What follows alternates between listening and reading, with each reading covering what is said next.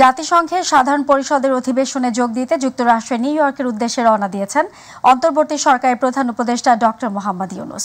ভোর ৫টা ৫ মিনিটে কাতার এয়ারলাইন্সের একটি ফ্লাইটে সফর সঙ্গীদের নিয়ে রাজধানীর হযরত শাহজালাল আন্তর্জাতিক বিমানবন্দর ছেড়ে যান তিনি। নেদারল্যান্ডস, পাকিস্তান, নেপাল, ইউরোপীয় কমিশন প্রধান, যুক্তরাষ্ট্রের পররাষ্ট্রমন্ত্রী সহ উচ্চ পর্যায়ের বৈঠক করবেন প্রধান উপদেষ্টা। তবে ভারতের প্রধানমন্ত্রী নরেন্দ্র মোদীর সঙ্গে আলোচনার সম্ভাবনা নেই। রোহিঙ্গা ইস্যুতে আন্তর্জাতিক সম্প্রদায় যেন তাদের ভূমিকা শক্তভাবে পালন করে জাতিসংঘ অধিবেশনে সে আহ্বান জানাবে Bangladesh.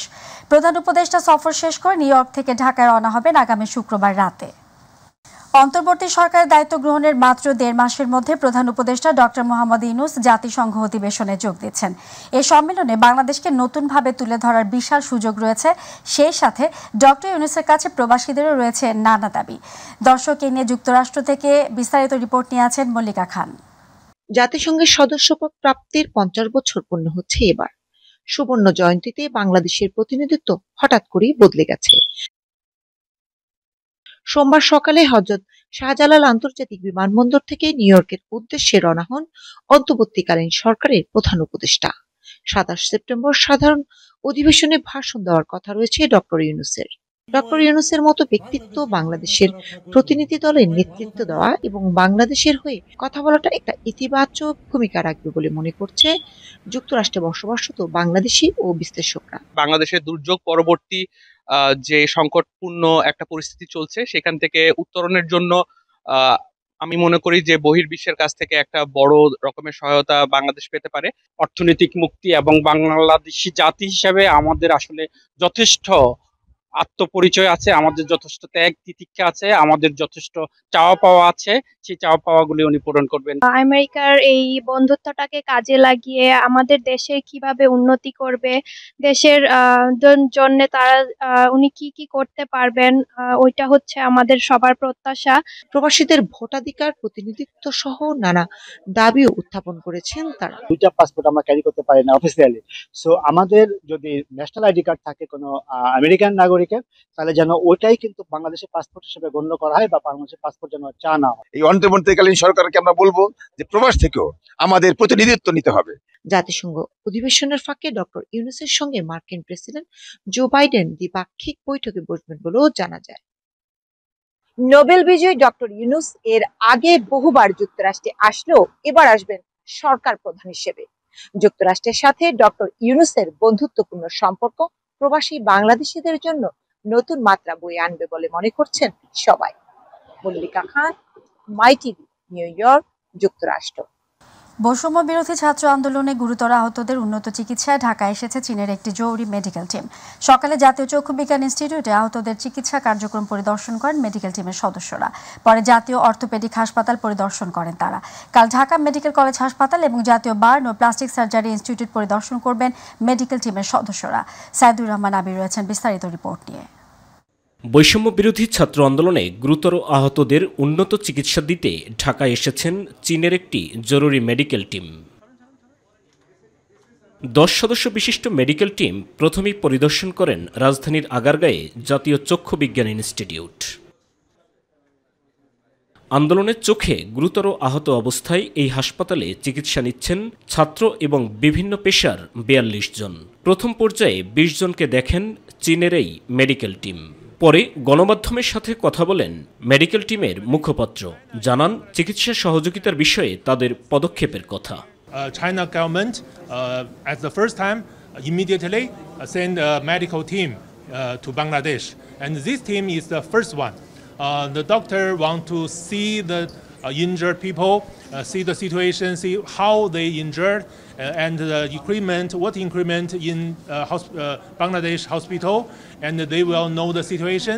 They can decide next step. চীনের মেডিকেল টিমের সাথে যৌথভাবে কাজ করলে রোগীদের সুস্থ করে তোলা দ্রুত এবং সহজ হবে বলে মনে করছেন চক্ষু হাসপাতালের পরিচালক। 10 জনের যে মেডিকেল টিম ওনারা এসেছেন, ওনারা যাচাই বাছাই করতেছেন আমাদের হাসপাতালের ফ্যাসিলিটি, আমাদের এক্সপার্টদের ফ্যাসিলিটি ওনারা যাচাই বাছাই করবেন। করার পরে আমরা হয়তো ওনাদের কাছ থেকে জানতে পারবো যে আমাদের যে ফ্যাসিলিটির সাথে ওনাদের ফ্যাসিলিটির কী পার্থক্য রয়েছে, এবং আমরা চাচ্ছি যে যদি কোনো এক্সপার্ট টিম এখানে আসে আমরা আনানোর জন্য সর্বোচ্চ চেষ্টা করতেছি, তাতে করে আমাদের ডাক্তাররাও টেকনোলজি ট্রান্সফারের মাধ্যমে তাদের নতুন কোনো টেকনিক আমাদের ডাক্তাররা আয়ত্তে আনতে পারবে। চিকিৎসা সেবায় সহযোগিতার হাত বাড়ানোয় সন্তুষ্টি প্রকাশ করেন আন্দোলনে আহত রোগীরা। কারো চিকিৎসার জন্য বিদেশে যাওয়ার প্রয়োজন হয় এবং উন্নত চিকিৎসার যদি আরও প্রয়োজন হয় তো তারা সেটাও ব্যবস্থা করবেন, এ ধরনের আমাদেরকে তারা আশ্বাস দিয়েছেন। পরে আগারগাঁয়ের পঙ্গু হাসপাতাল পরিদর্শন করেন এবং ভর্তি রোগীদের সবশেষ অবস্থা দেখতে যান চীনের জরুরি মেডিকেল টিম।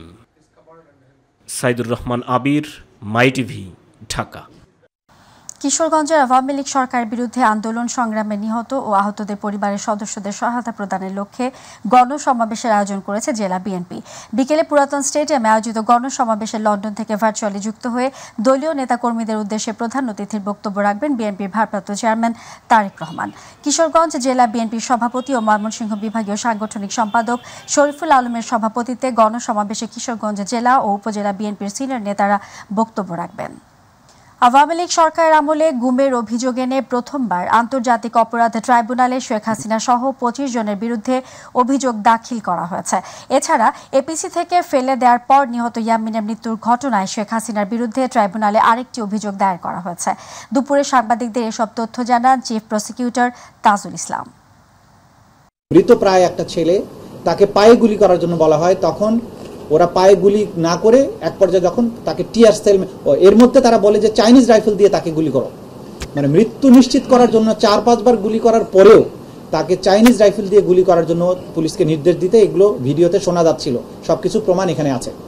এই সুপার হসপিটাল অথরিটি এইরকম একজন গুলিবিদ্ধ, একটা নির্মমভাবে গুলিবিদ্ধ একটা ছেলেকে বাঁচানোর জন্য ন্যূনতম চিকিৎসা সেবা দিতে অস্বীকৃতি জানিয়ে তারাও এই হত্যাকাণ্ডের সাথে আলটিমেটলি তাদের সম্পৃক্ততা এখানে প্রমাণ করেছেন। প্রধানমন্ত্রী সহ 78 জনের বিরুদ্ধে এখানে পুলিশ প্রশাসন যারা এপিসি চালিয়েছিল, এপিসির ভেতরে যারা ছিল, এদেরকে আইডেন্টিফাই করে সাভারের পুলিশের যে সমস্ত অফিসার ছিল সেগুলো সহ যারা চিকিৎসা দিতে বাধা প্রদান করেছে সবার নাম সহ মোট 78 জনের বিরুদ্ধে এই অভিযোগ গতকালকে আন্তর্জাতিক অপরাধ ট্রাইব্যুনালের প্রসিকিউশন টিমের কাছে তারা দায়ের করেছেন। খিলগাঁও ও উত্তরা থানার দুটি হত্যা মামলায় সাবেক আইনমন্ত্রী আনিসুল হক ও সাবেক আইজিপি আব্দুল্লাল মামুনকে গ্রেপ্তার দেখিয়েছেন আদালত। সকালে ঢাকার মেট্রোপলিটন ম্যাজিস্ট্রেট মোহাম্মদ নুরুল হুদা চৌধুরী গ্রেপ্তার দেখানোর আবেদন মঞ্জুর করেন। পুলিশ জানায়, খিলগাঁওয়ে হাফেজ জোবায়ের হত্যা মামলায় সাবেক আইনমন্ত্রী আনিসুল হক ও আইজিপি আব্দুল্লাল মামুনকে গ্রেপ্তার দেখানোর নির্দেশ দেওয়া হয়। এছাড়া উত্তরা পশ্চিম থানার মাওলানা সাদিকুল হত্যা মামলায় সাবেক আইজিপি আব্দুল্লাল মামুনকে গ্রেপ্তার দেখানোর নির্দেশ দিয়েছেন আদালত। গত 19 জুলাই উত্তরা পশ্চিম থানা এলাকায় ছাত্র জনতার মিছিলে গুলি করে পুলিশ ও আওয়ামী লীগের নেতাকর্মীরা। সে সময় নিহত হন সাদিকুল ও 5 আগস্ট খিলগাঁওয়ে বিজয় মিছিল করার সময় পুলিশের গুলিতে নিহত হন জোবায়ের।